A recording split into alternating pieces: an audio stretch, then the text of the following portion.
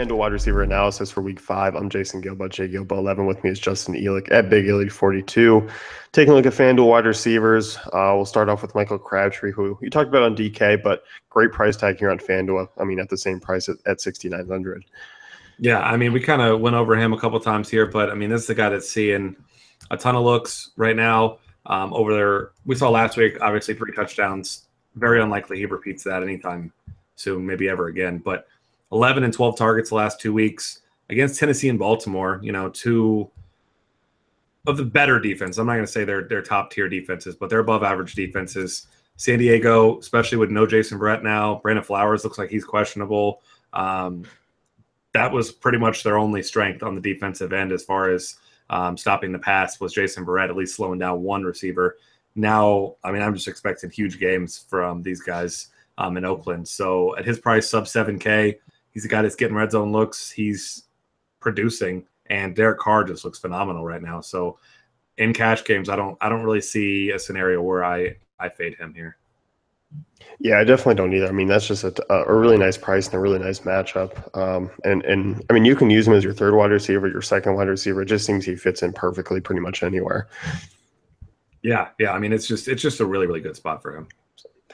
Jordan Nelson, you talk about here next, 8,400. You know, over $1,000 cheaper than Antonio Brown. I love Jordy this week. I'm going to be using him a ton, especially at a discount from some of the top guys. With a 28 team total there for Green Bay, hard not to like him. Yeah, I mean, and we've seen some talk, and obviously we've all kind of seen he's not getting quite as much separation as he once did before his injury. But I mean, he's just so efficient with the looks that he gets. You know, once he catches the ball, he's a great red zone target, has at least 1 touchdown every game, had 2 last week. And I mean, he's just got a great floor, 27 targets over 3 weeks, or I should say not last week, his last game, which was 2 weeks ago. But even against a tough Minnesota defense, 5 for 73 and a touchdown. You know, now obviously facing a Giants team that's bottom 3rd in the league against the pass. They're good against the run. But, you know, Aaron Rodgers, priced like the highest quarterback. I think he is going to be one of the highest scorers, of course, this week. And, I mean, I'm just expecting Jordy to have a huge game. Yeah, I am too. I mean, he's a guy I'm looking to be paying up for just a ton. Transitioning into GPP wideouts, AJ Green, no buzz whatsoever this week. Disrespectful. I mean, the guy's got that slight shake of the head just said it all. Yeah, I'm just disappointed in everyone in their lives right now because obviously there's a ton of other options. You know, Beckham's getting some buzz now. Antonio Brown kind of always does. But, you know, outside of some subpar efforts against Pittsburgh in that weather, neither quarterback looked great in that one till Roethlisberger at the end. Obviously against Denver, you don't expect much, but 8 for 77 was solid. But his other 2 games, 12 for $180 and a touchdown against Darrelle Revis, who is pretty much just a name now anyway. 10 for 173 and a touchdown against Miami. And, I mean, he did most of that damage in the first half. So he should have easily eclipsed 200 yards, but Bengals didn't really need it. They just decided to kick about 30 field goals in that game or else, you know, he might have had bigger games. So especially with Tyler Eifert now officially out for this week, he is the one and really only option you can rely on in that passing game. He's got great rapport with Andy Dalton, and I mean, I'd be stunned to see him not see 12-plus targets in this game because you expect Dallas will score some points, unlike Miami last week. So they'll need to continue throwing the ball. And I expect him to easily be a top 5 scorer this week, and I think he's going to have way lower ownership than some of these other guys. Yeah, I'm definitely in agreement. I mean, looking at him early in the week, he wasn't really on my radar. And I think as things kind of picked up, it looks good, and I don't think a lot of people are going to be on him. Odell Beckham, things might be different. I mean, Monday, Tuesday, it was just like, oh, you know what? I'm going to use him this week in GPPs. It seems like everyone's off of him. Things may have changed over, you know, the last 24 to 48 hours.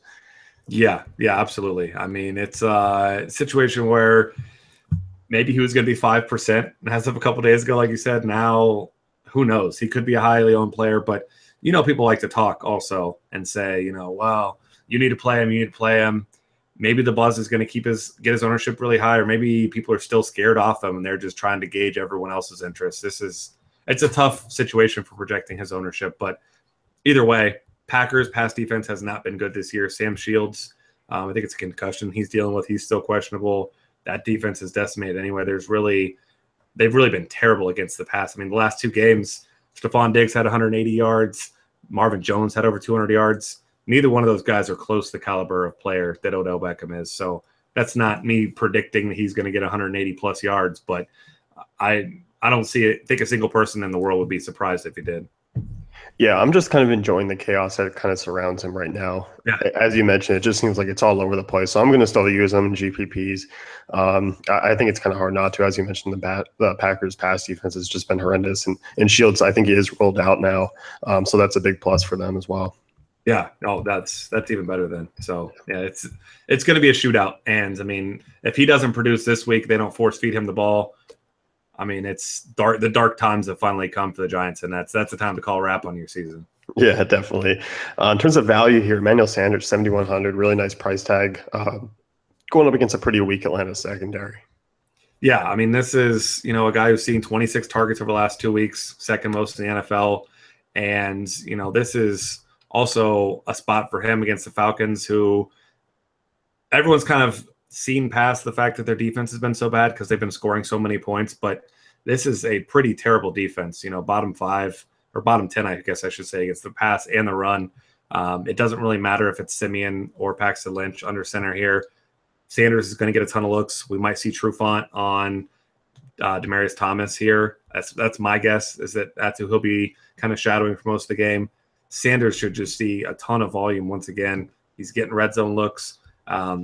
He, I believe, is tied for most red zone looks in the NFL.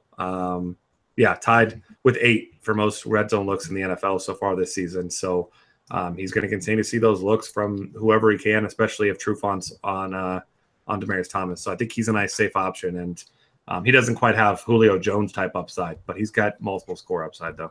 Yeah, no, I definitely agree. Dontrell Inman, you talk about next, 6,100, really nice price tag. Coming off a big week. I don't think it was a fluky big week because you look at this passing game.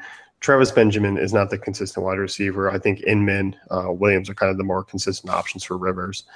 Yeah, and I mean, Inman's been around for a while. He's never really been needed to be a big part of that offense. So he's got, somewhat of a rapport with Rivers. Obviously, we've only seen the one game with him with big targets. I think it was 11 last week. Got 7 of them for 120 and a touchdown. But, each week it seems like there's less and less options in this offense. And Travis Benjamin's fumbled 3 times over the last 2 weeks. Last week, fumble really costing him the game. One of the 2 late fumbles. So didn't even see any reports that he's in the doghouse or anything. But I'll tell you what, if I'm the coach of a guy that's fumbled 3 times in 2 weeks, especially a key one inside your own 20, I'm going to kind of loosen the reins a little bit until he can prove that he can hold on to the football. So Inman looked great last week. I think he's in a fine spot again here. Yeah, I definitely do too. I think if I'm paying down at wide receiver for a 1 spot on FanDuel, it's going to be looking like Inman because, I mean, you highlight a lot of guys here like Sanders at 7,100, Crabtree 69. I mean, that mid-tier is really, really nice this week. Yeah, I mean, you don't even have to really, like you said, you don't have to reach down to a guy like this if you don't want to. Load up on all those 7K guys, pick your elite guy you want to get, and then just kind of move on. Yeah, I think that's the way to go this week. But that's going to wrap things up the FanDuel wide receiver analysis for week 5. Be sure to check out dailyfantasycafe.com for all our great tools and content.